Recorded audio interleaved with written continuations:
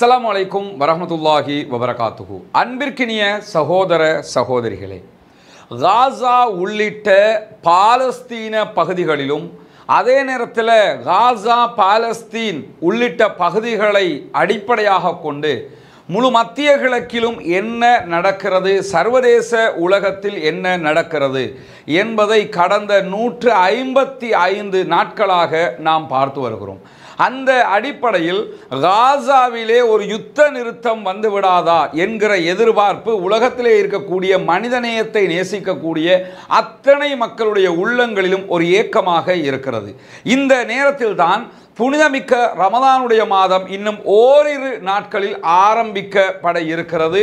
அப்படி இருக்கும்போது கடந்த திங்கட்கிழமை யுத்த நிறுத்தம், இடைக்கால யுத்த நிறுத்தம் வந்துவிடும் என்று அமெரிக்க ஜனாதிபதி ஜோ பைடன் நம்பிக்கை வெளியிட்டிருந்தார். அதே ஜோ பைடன் இன்றைய தினம் ஞாயிற்றுக்கிழமைக்கு முன்பதாக, அதாவது இந்த வீடியோவை நீங்கள் பார்க்கும்போது சண்டேயாக இருக்கும், சண்டேக்கு முன்பதாக ஒரு யுத்த நிறுத்தம் வருவதற்கான வாய்ப்புகள் மிக மிக குறைவு என்கிற ஒரு செய்தியை அவர் வெளியிட்டிருக்கிறார். இப்பொழுது நமக்கெல்லாம் தெரியும், யுத்த நிறுத்தம் வருமா வராதா என்றால் 155 நாட்களாக நாம் பார்த்து வருகிற ஒரு முக்கியமான செய்திதான் ஹமாஸினுடைய கோரிக்கை நிரந்தர யுத்த நிறுத்தம் வேண்டும். இதே நேரத்தில் காசாவில் இருக்கிற அத்தனை இஸ்ரேலிய ஆக்கிரமிப்பு படையினரும் காசாவை விட்டும் பாலஸ்தீனத்தை விட்டு வெளியேற வேண்டும். நடமாடும் சுதந்திரம் மொத்தமாக வழங்கப்பட வேண்டும். அக்ஸா வரை உண்டான பகுதிகள் சுதந்திர தேசமாக வேண்டும் என்பதில் ஹமாஸ் உள்ளிட்ட பாலஸ்தீன சுதந்திர போராளிகள் மிக துல்லியமான முடிவிலே இருக்கிறார்கள். எனவேதான் அவர்கள் ஒரு இடைக்கால யுத்த நிறுத்தத்திற்கு வர மறுக்கிறார்கள். இந்த இடைக்கால யுத்த நிறுத்தத்தை பொறுத்தவரையில் ஹமாஸுடைய கையில் 100க்கு மேற்பட்ட இஸ்ரேலிய பணைய கைதிகள் இருக்கிறார்கள். இந்த பணைய கைதிகளை வைத்துக் கொண்டுதான் ஹமாஸ் டீல் பேசிக் கொண்டிருக்கிறது. எப்படியாவது இஸ்ரேலுடைய பணைய கைதிகளை மீட்டு விட வேண்டும், நெதன்யாஹுவினுடைய அரசாங்கத்தை பாதுகாத்து விட வேண்டும் என்பதில் அமெரிக்க ஜனாதிபதி ஜோ பைடன் உள்ளிட்ட மேற்கத்திய நாடுகள் அத்தனையும் கவனமாக இருக்கிறார்கள்.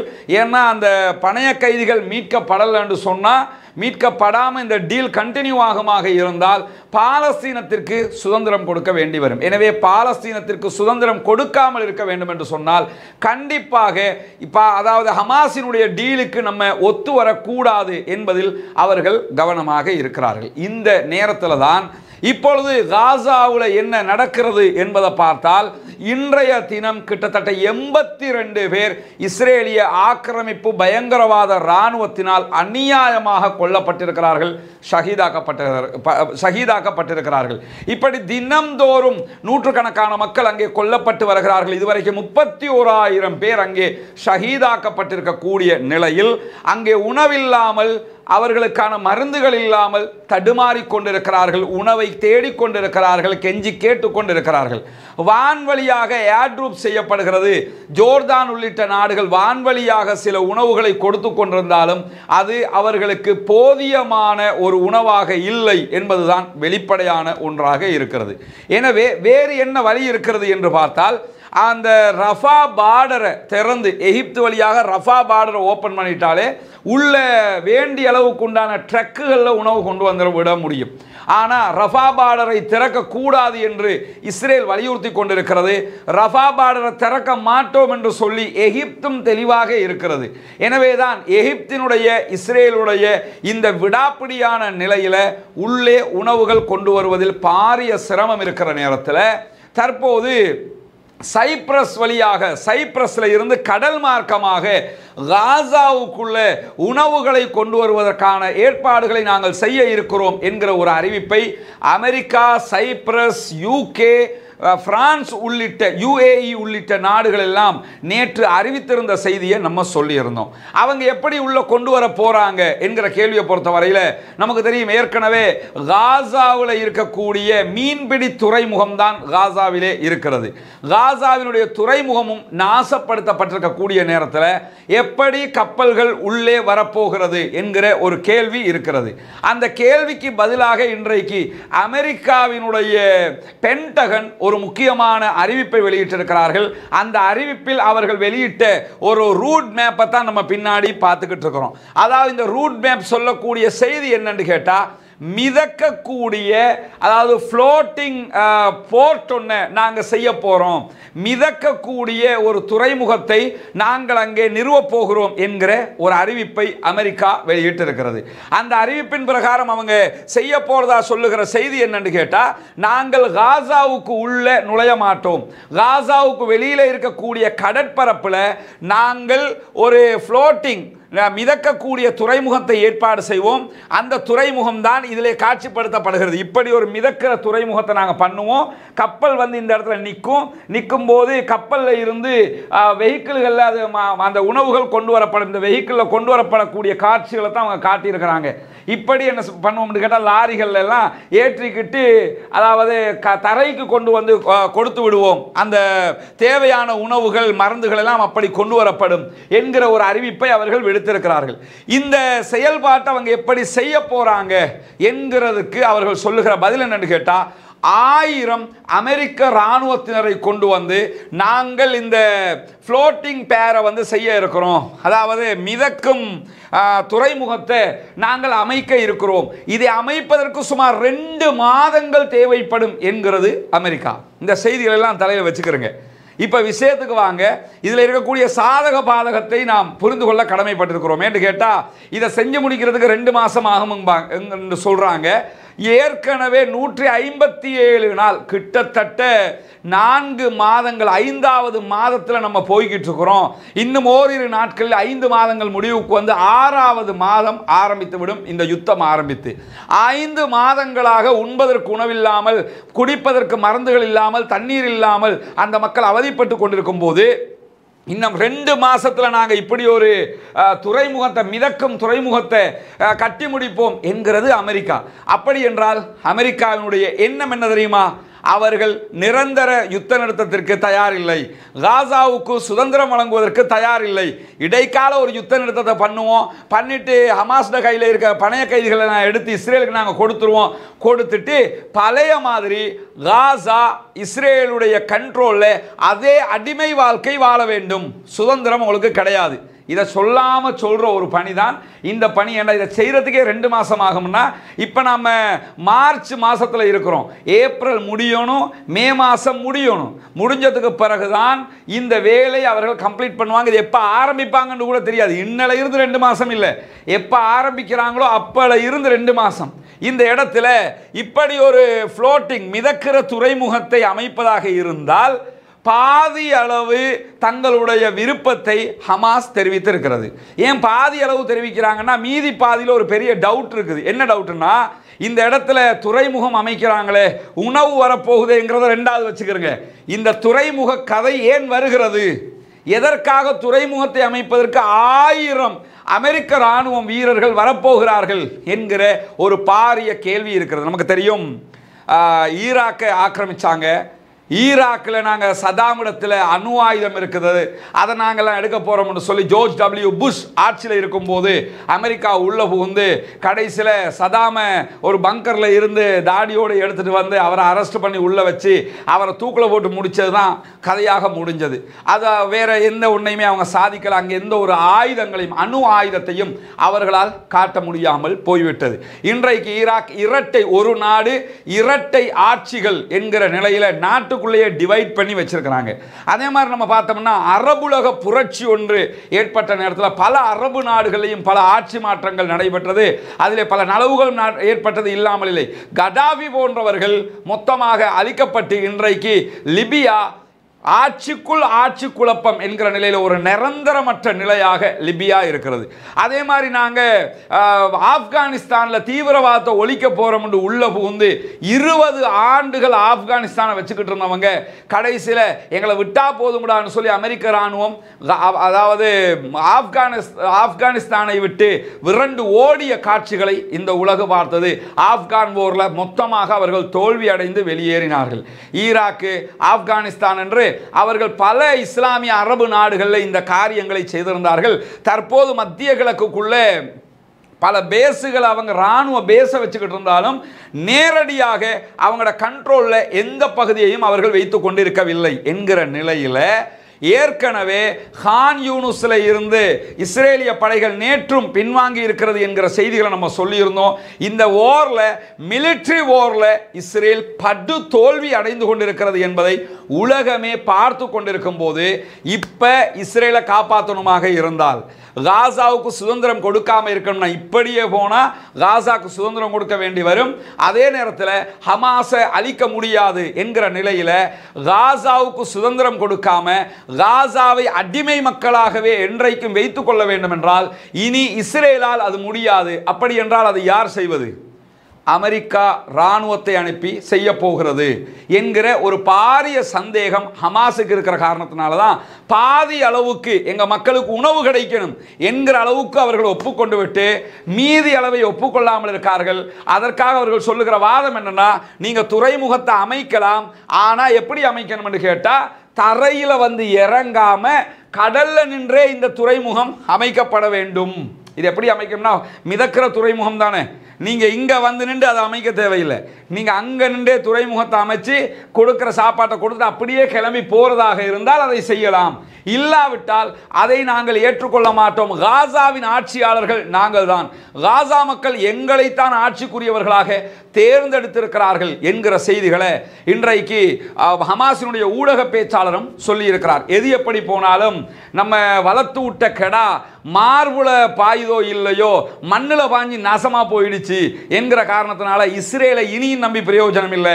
அரபு நாட்டில் இருக்கிற இந்த அரபியனுவலை நம்ம வந்து கண்ட்ரோல் பண்ணணுமாக இருந்தா, நம்ம காலடியிலேயே ஷூவை நக்க வைக்கணுமாக இருந்தா, இந்த மாதிரி ஒரு இடத்தை நம்ம வந்து கண்ட்ரோல்ல வச்சுக்கிறோன்னு. எனவே இனிமே இஸ்ரேலை நம்பி பலன் இல்லை, நம்மளே களத்தில் இறங்குவோம் என்கிற அடிப்படையில் அமெரிக்கா உள்ளே வருவதற்கான முயற்சிகளை செய்கிறது. உணவு தேவை என்கிற அடிப்படையில் பாதி அனுமதியை ஹமாஸ் வழங்கினாலும் மீதி அனுமதியை வழங்குவதற்கு ஹமாஸும் யோசித்துக் கொண்டிருக்கிறது என்பதை நம்ம இதிலிருந்து பார்க்க முடியும். இதுதான் அவர்கள், அதாவது மிதக்கும் துறைமுகம் என்கிற பெயரில் செய்ய முனைகிற ஒரு பாரிய சூழ்ச்சி என்பதை நாம் இந்த இடத்திலே புரிந்து கொள்ளுகிற அதே நேரத்தில் இந்த காலகட்டத்தில் நமக்கு தெரியும், சூடான்ல ஒரு பெரிய இன்டர்னல் வார் நடந்து கொண்டு இருக்கிறது. சூடானுக்குள்ள கடந்த வருடம் திடீரென்று இராணுவத்துக்குள்ள பெரிய பிளவு ஏற்பட்டது. அதாவது இராணுவத்தில் இருக்கக்கூடிய இராணுவ தளபதிக்கும் ரிசர்வ் படையினுடைய தளபதிக்கும் இடையில ஏற்பட்ட பிரச்சனையில இராணுவம் இரண்டாக பிளவுபட்டது, ஆட்சி கவிழ்க்கப்பட்டது. அதாவது சூடானுடைய ஒரு பகுதியை இராணுவமும் இன்னொரு பகுதியை ரிசர்வ் படை இராணுவத்தினுடைய தளபதியும் ஆட்சி செய்து கொண்டிருக்கிறார்கள். சவுதி அரேபியா உள்ளிட்ட பல நாடுகள் பல டீல்களை பேசி சமாதான உடன்படிக்கை எல்லாம் பல காலகட்டங்களை ஓட்டி கொண்டிருக்கக்கூடிய நேரத்தில் ஐநா சபை தலையிட்டு புனிதமிக்க ரமதானுடைய மாதத்திலே இரண்டு தரப்பும் சண்டை பிடிக்க கூடாது, இரண்டு பேரும் நீங்கள் சமாதானமாக ரமதானிலே உங்களுடைய காலங்களை கழிக்க வேண்டும் என்கிற ஒரு ஒப்பந்தம் எட்டப்பட்டிருக்கிறது. சூடான்ல இரண்டு தரப்புக்கு மத்தியில் சமாதான உடன்படிக்கை ரமதானுக்குள்ள வந்திருக்குது.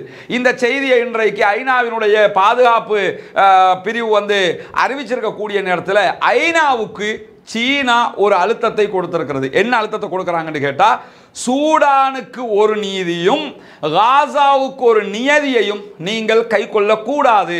சூடானை பொறுத்தவரையில அங்க எப்படி ரமதானை முன்னிட்டு நீங்க யுத்த நிறுத்தம் கொண்டு வர்றீங்களோ அதே மாதிரி காசாவுலையும் யுத்த நிறுத்தத்தை கொண்டு வர வேண்டும். அங்க ஆயுத பிசினஸ் வந்து பண்றது அமெரிக்கா, அவன் சொல்ற மாதிரி அங்க கேட்குறீங்க, இங்க அவன் சொல்ற மாதிரி கேட்டுக்கிட்டு இருக்கிறீங்க. அவன் சொல்ற மாதிரி கேட்டுக்கிட்டு இருக்காம அங்க ஒரு முடிவுன்னா அதே முடிவை இங்கேயும் கொண்டு வாங்க. இங்கேயும் முஸ்லீம்கள் இருக்கிறாங்க, அவங்க நோன்பு பிடிக்க வேண்டி இருக்கிறது.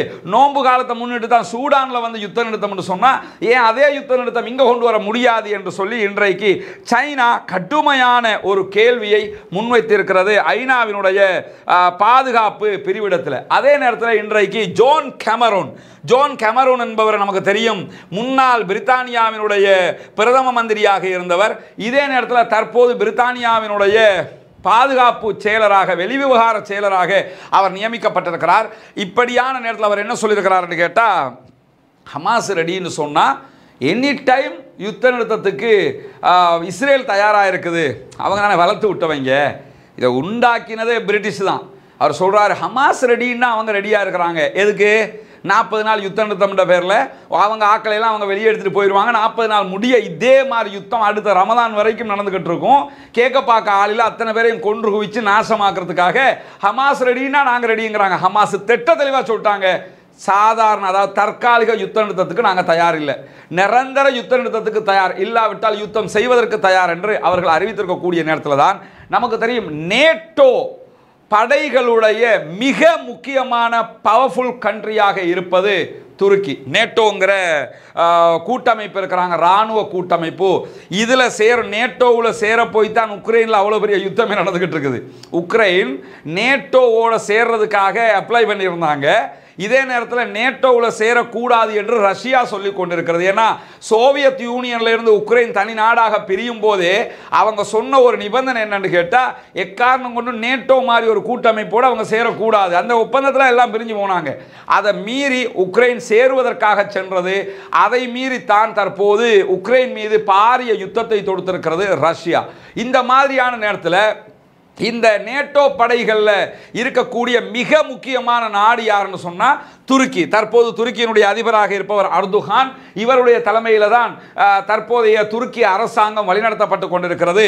இந்த அர்துகானை பொறுத்தவரையில் இவருடைய ஆட்சி பரம்பலின் கீழ் இருக்கக்கூடிய துருக்கி மிக தெளிவாக காசா ப்ரோ பாலஸ்தீனியன் என்பதை உறுதியாக அறிவித்துக் கொண்டிருக்கிறது.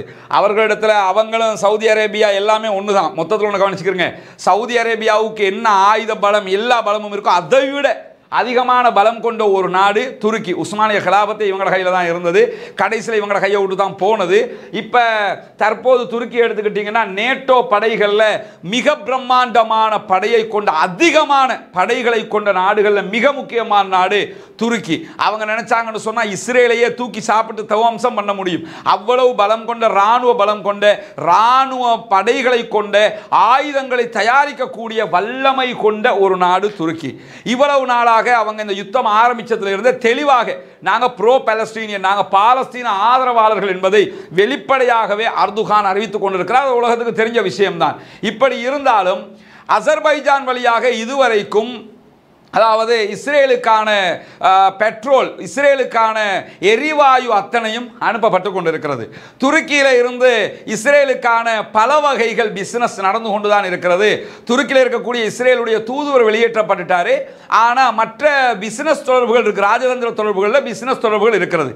இப்படி இத்தனை நாட்கள் 155 நாட்களாக கடந்த நிலையில் இன்றைக்கு துருக்கியினுடைய அதிபர் அர்துகான் வெளியிட்ட ஒரு அறிவிப்பு உலக அளவிலேயே ஒரு பாரிய சர்ச்சையை உண்டாக்கி இருக்குது. ஏன்னு கேட்டால் இது துருக்கியினுடைய அதிபர் என்கிற வகையில் அல்ல, நேட்டோ படைகளில் நேட்டோ கூட்டமைப்பினுடைய மிக பிரம்மாண்டமான இராணுவ வல்லமை கொண்ட ஒரு நாட்டினுடைய அதிபர் சொல்லியிருக்கக்கூடிய கருத்து என்கிற காரணத்தினால் அது பாரிய சர்ச்சைகளையும் வரவேற்பையும் பலத்தையும் உண்டாக்கி இருக்கிறது. அவர் என்ன சொல்லியிருக்கிறார்னு கேட்டால் மிக தெளிவான வார்த்தைகளில், அதாவது பாலஸ்தீனம் என்கிற தேசத்தை பாதுகாப்பதில் முஸ்லிம் நாடுகளாக நாம் தோல்வி அடைந்திருக்கிறோம் என்று அவரையும் சேர்த்து கொண்டு இந்த செய்தியை மிக தெளிவாக சொல்லி இருக்கிறார். அதே மாதிரி அவர் என்ன சொல்றாருன்னு கேட்டால் 2 பில்லியன் மக்களை கொண்ட இஸ்லாமிய உலகம் அதனுடைய கடமையை நிறைவேற்ற தவறி இருக்கிறது. 200 கோடி மக்கள் இருக்கிறோம், 200 கோடி மக்களை கொண்ட முஸ்லிம் நாடுகளை கொண்ட அவ்வளவு பிரம்மாண்டமான மக்கள் தொகையை கொண்ட நம்முடைய பணியை செய்ய தவறி இருக்கிறோம் என்கிறார் அர்துகான். எதை எண்ணத்தில் வச்சு அவர் இவ்வளவு ஒரு போல்டான கராரான ஒரு அறிவிப்பை வெளியிட்டிருக்கிறாருங்கிறது இதை போக போகத்தான் தெரிய வரும். ஆனால் இந்த அறிவிப்பை பொறுத்தவரையில் சாதாரண ஒரு அறிவிப்பு இல்லை. இந்த அறிவிப்பை சவுதி வெளியிட்டிருந்தா கூட இவ்வளவு பவராக இருக்காது. ஏன்னா சவுதியினுடைய ஆயுத பலத்தை துருக்கியோட பக்கத்தில் கூட வைக்க முடியாது. நேட்டோவினுடைய முக்கியமான அங்கத்தவர், நேட்டோனால இவங்கனால நேட்டோங்கிற அளவுக்கு இருக்கிறவங்கன்னு வைங்களேன். அப்படி இருக்கும்போது அவர் சொல்றாரு, முஸ்லீம் நாடுகள் 200 பில்லியன் 2 பில்லியன் மக்கள் தொகையை கொண்ட 200 கோடி மக்களை கொண்ட நம்ம நம்முடைய கடமையை செய்ய தவறிட்டோம்னு நினைக்கிறேன். நாம பாலஸ்தீன விஷயத்தில் நம்முடைய காரியங்கள் சரியாக நிறைவேற்றப்படவில்லை என்று சொல்லிவிட்டு என்ன சொல்றாருன்னு கேட்டா, துருக்கியை பொறுத்தவரையில் பாலஸ்தீன விவகாரத்தில் எங்களுடைய கடமையை மிக தெளிவாக செய்வதற்கு உறுதியெடுத்திருக்கிறோம் என்று சொல்லிவிட்டு அவர் சொன்ன வார்த்தை என்ன தெரியுமா? நாங்கள் ஹமாஸை பகிரங்கமாக ஆதரிக்கிறோம் என்று அறிவித்து விட்டார். இதுவரைக்கும் அரசல் புரசலாக தான் சொன்னாங்க, இதுவரைக்கும் தொட்டு தடவித்தான் போனாங்க, அப்படி இருக்குமுங்க இப்படி இருக்குமுங்கன்னு போனாங்க. இப்போ என்ன சொல்லியிருக்கிறாருன்னு கேட்டால், நாங்கள் ஹமாஸை தெளிவாக ஆதரிக்கிறோம், அவர்களுக்கான அனைத்து உதவிகளையும் நாங்கள் செய்ய துணிந்து விட்டோம். அதுதான் அங்கே கவனிக்க வேண்டியது. ஆதரிச்சிட்டோம் அப்படின்னு லெட்டர் பேடு அறிக்கையில் இது நாங்கள் அனைத்து உதவியையும் செய்ய துணிகிறோம் என்பது. ஏன்னா ரஷ்யா மிக தெளிவாக பின்னாடி இருக்கிறாங்க. ரஷ்யா ஒரு பக்கம் நிற்கிற காரணத்தினால, மேற்கு நாடுகள் எல்லாம் ஒரு பக்கம் நிற்கிற காரணத்தினால, துருக்கியினுடைய இந்த அறிவிப்பை பொறுத்தவரையில் காசா விவகாரத்தில் அல்லாஹினுடைய உதவியில் ஒரு பெரிய திருப்பமாக இது மாறுமோ என்கிற மகிழ்ச்சிகரமான நிலைகளும் இருப்பதை நம்ம பார்க்க முடிகிறது. இன்றைக்கு சர்வதேச ஊடகங்களே அர்துகான் போட்டோவோடு தான் எல்லா செய்தியும் போய்கொண்டிருக்கிற அளவுக்கு அர்துகானுடைய இந்த அறிவிப்பு மிக பலமானது. அதனால தான் அவர் சொல்றாரு, நாங்கள் ஹமாஸை பகிரங்கமாக ஆதரிக்கிறோம் என்கிறாரு. நேட்டோ நாடுகளின் முக்கியமான நாடான துருக்கியினுடைய இந்த அறிவிப்பு தான் மிக ஆச்சரியமானதாக மாறியிருப்பது மட்டுமல்லாமல், ஹமாஸ் தீவிரவாத குழு அல்ல, ஹமாஸை தீவிரவாத குழு என்று நாங்கள் அறிவிக்கவும் மாட்டோம், ஹமாஸை தீவிரவாத குழு பட்டியலில் நாங்கள் இணைக்கவும் மாட்டோம், ஹமாஸை தீவிரவாத குழு பட்டியலில் இணைக்க வேண்டும் என்று எங்களை யாரும் வலியுறுத்தவும் முடியாது என்று திட்ட தெளிவாக சொல்கிறார் அர்துகான். துருக்கியினுடைய அதிபர் அர்துகான் இந்த அறிவிப்பை வெளியிட்டிருக்கிறது மட்டுமல்லாமல், நாங்கள் ஹமாஸினுடைய தலைவர்களோடு பகிரங்கமாக பேச்சுவார்த்தைகளை நடத்தி கொண்டிருக்கிறோம் என்பது மட்டுமல்லாமல், இஸ்ரேல் பயங்கரவாத நாடு என்று தெளிவாக சொல்லியிருக்கிறார். இஸ்ரேலை ரொம்ப நல்லவங்க, தங்கமான பிள்ளைகள், நடந்தா பூமியில் எறும்புக்கு கூட வலிக்காது, அப்படி நடக்கிறவங்க என்றெல்லாம் அமெரிக்கா, பிரித்தானியா, பிரான்ஸு, ஜெர்மனி எல்லாமே காட்டிக்கிட்டு இருக்கிற நேரத்தில் அர்துகானுடைய இன்றைய அறிவிப்பு சம்மட்டி அடியாக விழுந்திருக்கிறதுன்னு நம்ம பார்க்க முடியும். அவர் என்ன சொல்றாருன்னு கேட்டால், ஹமாஸ் தீவிரவாதிகள் அல்ல, ஹமாஸ் ஜனநாயகவாதிகள், உண்மை தீவிரவாதிகள் இஸ்ரேலியர்கள் பயங்கரவாதிகள் என்பதை மிக துல்லியமாக அறிவித்திருக்கிறார் அர்துகான் என்கிற செய்திகள் இன்றைக்கு மிக தெளிவாக வந்திருக்கக்கூடிய நேரத்தில் தான், அதாவது இன்றைக்கு கடைசி நேரத்தில் ஒரு முக்கியமான செய்தி வெளியாகி இருந்தது. அந்த செய்தி என்ன செய்தின்னு சொன்னால், அதாவது ஹமாஸ் சொன்னதாக, அதாவது ஹமாஸ் தொடர்பாக கத்தார் சொன்னதாக வந்திருக்கக்கூடிய செய்தி. அதை நம்ம கத்தார் தரப்பில் இருந்து இன்னும் உறுதிப்படுத்த முடியலை. இன்றைக்கு இஸ்ரேலி டைம்ஸ் இந்த செய்தியை, நான் சொல்ல போகிற செய்தியை வெளியிட்டிருக்கிறாங்க. அவங்க யாரை ஆதாரம் காட்டியிருக்கிறாங்கன்னு கேட்டால் வால் ஸ்ட்ரீட் ஜேர்னலை தான் ஆதாரம் காட்டியிருக்கிறாங்க. பட் இந்த செய்தியினுடைய உண்மைத்தன்மை கத்தார் தரப்பில் இருந்து இன்னும் நமக்கு தெளிவாக வரவில்லை. எனவே இதை செய்தியாக புரிஞ்சுக்கிறங்க. இதுதான் ஃபைனல்னு நினச்சிக்கிறாங்க. ஃபைனல் என்னங்கிறத நம்ம பிறகு செய்தி வரும்போது தெரிஞ்சுக்கலாம். என்ன செய்தியை சொல்லியிருக்கிறாங்கன்னு கேட்டால், யுத்த நிறுத்த தற்காலிக இந்த பிணை கைதிகள் பரிமாற்றத்திற்கு ஹமாஸ் ஒத்துக்கொள்ளாவிட்டால் ஹமாஸினுடைய தலைவர்களை நாங்கள் நாடு கடத்த போகிறோம் என்று கத்தார் சொல்லி இருப்பதாக இன்றைக்கு வால் ஸ்ட்ரீட் ஜேர்னலை ஆதாரம் காட்டி இஸ்ரேலி டைம்ஸ் சொல்லி இருக்கிறது. ஆனால் கத்தார் அப்படி சொல்லி இருந்தாங்கன்னா பெரும்பாலும் அவர்களுடைய உத்தியோகபூர்வ ஊடக பிரிவினூடாகவே இதை அறிவித்திருப்பார்கள். இதுவரைக்கும் அப்படி எந்த ஒரு செய்தியும் கிடையாது. அது சும்மா அரசல் புரசலான பேச்சாங்கிறதும் தெரியல. உத்தியோகபூர்வமாக கத்தார் இப்படி ஒரு அறிவித்தலை வெளியிடவே இல்லை. கத்தார் தான் மீடியேட்டராக இருந்து முழு பேச்சுவார்த்தையை நடத்திக்கிட்டு இருக்கிறாங்கிறது நமக்கு தெரியும். கத்தாரை வச்சு தான் அமெரிக்கா எல்லா காய் நகரத்திலையும் பண்ணிக்கிட்டு இருக்குங்கிறது நமக்கு தெரியும். அப்படி இருக்கும்போது நீங்கள் ஒத்து வரலன்னா நாங்கள் உங்களை வெளியேற்றிடுவோம்னா, நீ வெளியேற்றினா இன்னொரு நாடு எடுக்க போகுது, துருக்கி கூப்பிட்டுக்கிறோம். இப்போ என்ன துருக்கியில் பஸ்ஸாம் நாயம் இருக்கிறாரு. பஸ்ஸாம் நாயிம்ங்கிற ஹமாஸினுடைய முக்கிய தலைவர் எங்கே இருக்கிறாருன்னா துருக்கியில் தான் இருக்கிறாரு. ஒசாமா ஹம்தான் எங்கே இருக்கிறாருன்னா பெய்ரூத்தில் இருக்கிறாரு. கத்தாரில் தான் இருக்கணுங்கிற தேவை அவங்களுக்கு கிடையாது. ஆனால் கத்தாரை தளமாக கொண்டு இயங்குறாங்க. கத்தார் இப்படி ஒரு அறிவிப்பை வெளியிட்டதாக எங்கும் இல்லை. ஆனால் கத்தார் சொல்லுகிறது என்று கத்தாரை சாடி இஸ்ரேலி டைம்ஸ் சொல்லியிருக்கிறது. பொறுத்திருந்து பார்ப்போம் உண்மை நிலை என்ன என்பதை. ஆனால் இந்த மிரட்டல் உரட்டல்களுக்கெல்லாம் அவங்க கட்டுப்பட மாட்டாங்கிறது உலகத்துக்கே தெரியும். அதனால தான் அத்தனை பேர் சொல்லியும் நிரந்தர யுத்த நிறுத்தம்னா நாங்கள் ரெடிங்கிறதுல மிக தெளிவாக ஹமாஸ் உள்ளிட்டவர்கள் இருக்கிறார்கள் என்பதை பார்க்க முடிகிற அதே நேரம் நமக்கு தெரியும், ஸ்பானிஷுடைய அதிபராக தேர்ந்தெடுக்கப்பட்டிருக்கிறவருடைய ஃபோட்டோவை தான் நீங்கள் பார்க்குறீங்க. இவர் இன்னைக்கு ஒரு முக்கியமான அறிவித்தலை வெளியிட்டிருக்கிறார். அதாவது இவருடைய ஆட்சி காலம் 2027 வரைக்கும் இருக்கு. 2024 இருக்கிறோம். இந்த 3 வருஷத்துக்கு இவர் தான் ஜனாதிபதியாக இருப்பார். இவர் என்ன சொல்கிறாருன்னு கேட்டால், 2027 என்னுடைய ஆட்சி இருக்கிற வரைக்கும் பாலஸ்தீனம் டபுள் ஸ்டேட், அதாவது இரட்டை நாடு 2 ஸ்டேட் என்கிற நிலைப்பாட்டில் பாலஸ்தீனம் தனி நாடாக அங்கீகரிக்கப்படுவதற்கு என்னால் முடிந்த அத்தனை அழுத்தங்களையும் கொடுப்பேன் என்கிறார் ஸ்பானிஷுடைய ஜனாதிபதி என்கிற பிரதமர் என்கிற செய்தி இன்றைக்கு வெளியாகி இருக்கிறது. இதெல்லாம் ரொம்ப முக்கியமான ஒரு மகிழ்ச்சிகரமான செய்தி. ஏன்னா இஸ்லாமிய நாடுகள்லாம் பொத்திக்கிட்டு ஒளிஞ்சு ஓடிக்கிட்டு இருக்கிற நேரத்தில் இது போன்ற நாடுகளுடைய தலைவர்கள் மிக தெளிவாக சுதந்திரம் பாலஸ்தீனத்திற்கு கொடுத்தாக வேண்டும், நான் ஆட்சியில் இருக்கும் வரைக்கும் என்னுடைய நிலைப்பாடே இதுதான் என்று சொல்லி தன்னுடைய நாட்டினுடைய நிலைப்பாடாக இன்றைக்கு அவர் இதனை சொல்லி இருக்கிறார் என்கிற செய்திகளும் வெளியாகி இருக்கக்கூடிய நேரத்தில் தான் காசா பகுதிக்கு 200 டன் அதாவது உணவுகளை ஏற்றிக்கொண்டு வருவதற்கான சைப்ரஸில் இருந்து 200 டன் உணவுகளை எடுத்துக்கொண்டு கப்பல் ஒன்று புறப்படுவதற்கு தயாராக இருக்கிறது என்கிற செய்திகள் வெளியாகி இருக்கிறது. அங்கே போர்ட்டுக்குள்ளே எப்படி வரப்போகிறாங்க, போர்ட்டுக்குள்ளே வர முடியாமல் இருக்குது என்கிற கேள்விகள் எல்லாம் இருக்கும்போது சில நேரம் நெருக்கமாக வந்து போட்டில் உணவுகளை பாஸ் பண்ண போகிறாங்களாங்கிறது தெரியலை.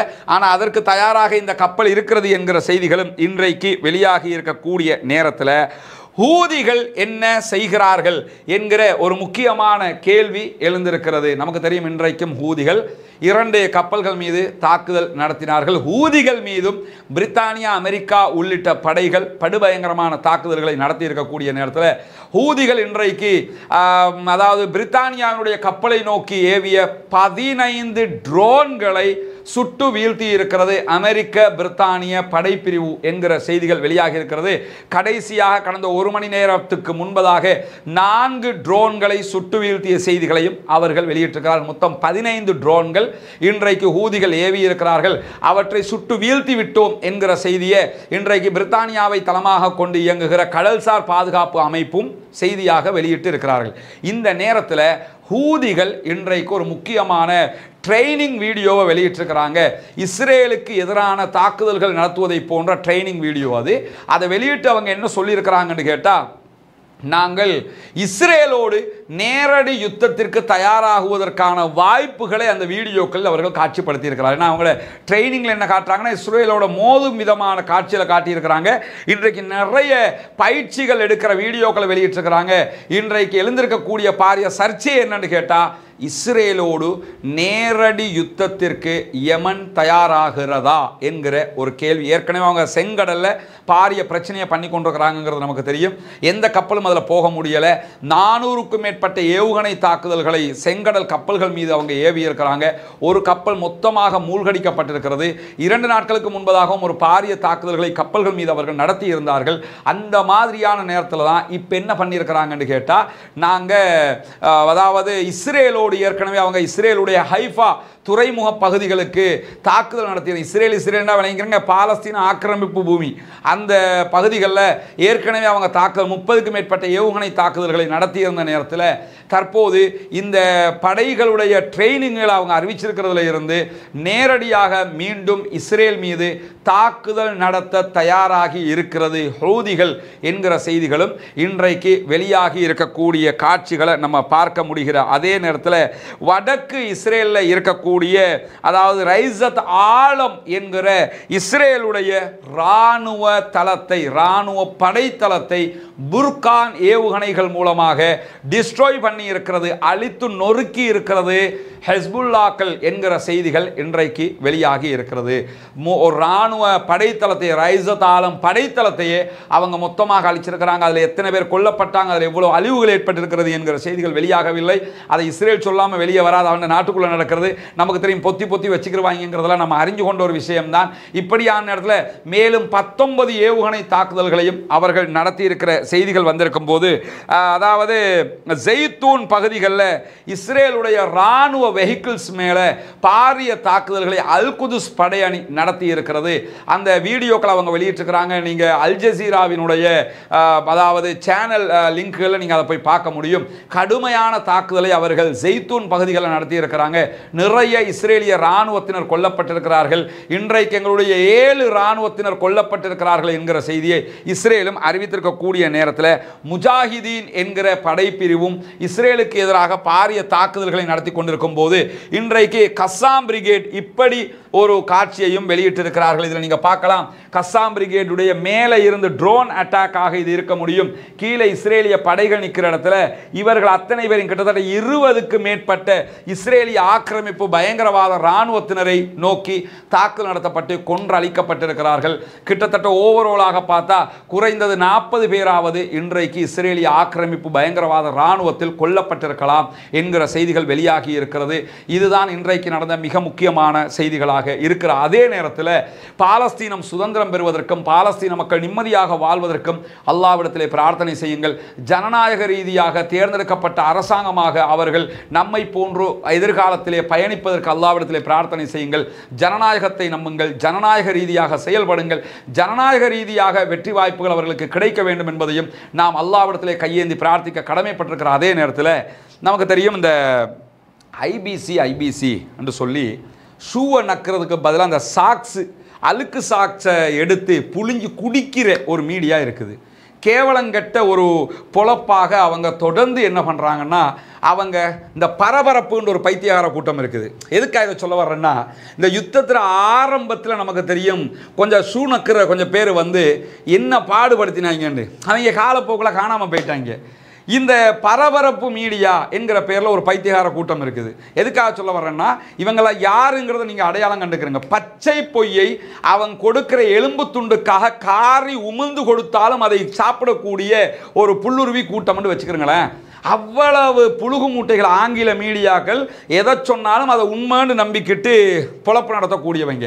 அதே மாதிரி தான் இந்த ஐபிசிங்கிறவனு இந்த ஆங்கில மீடியாக்கள் எதை சொன்னாலும் அதை உண்மைன்னு நம்பிக்கிட்டு அதில் அடுத்த பக்கம் என்ன, ஆங்கில மீடியா இதை சொல்கிறானே, அரபு ஊடகங்கள் என்ன சொல்லி இருக்குது, அங்கே உள்ளுக்குள்ளே இருக்கிற அல் ஜசீராக்காரன் என்ன சொல்லியிருக்கிறான், உள்ளுக்குள்ளே இருக்கிற மற்றவன் என்ன சொல்லியிருக்கிறாங்கிறதெல்லாம் பார்க்காம மொத்தமாக எங்கடா முஸ்லீம்களை காவு வாங்கிறதுக்கு வாய்ப்பு கிடைக்காதா, இஸ்லாமியர்கள் அழிக்கிறதுக்கு வாய்ப்பு கிடைக்காதா, அல்லது காசா மக்களை நாசப்படுத்துறதுக்கு வாய்ப்பு கிடைக்காதா என்று பார்த்து கொண்டிருக்கக்கூடிய கூட்டம் என்ன பண்ணியிருக்கிறாங்கன்னா, இந்த ஹமாஸ் அக்டோபர் 7ஆம் தேதி உள்ள நுழைஞ்சு பெண்களை எல்லாம் பாலியல் வல்லுறவுக்கு உட்படுத்தினார்கள்னு டைம்ஸ் வந்து ஒரு செய்தியை வெளியிட்டிருந்தாங்க. அன்றைய நேரத்திலேயே அது பச்சை பொய் என்று நிரூபிக்கப்பட்டு விட்டது.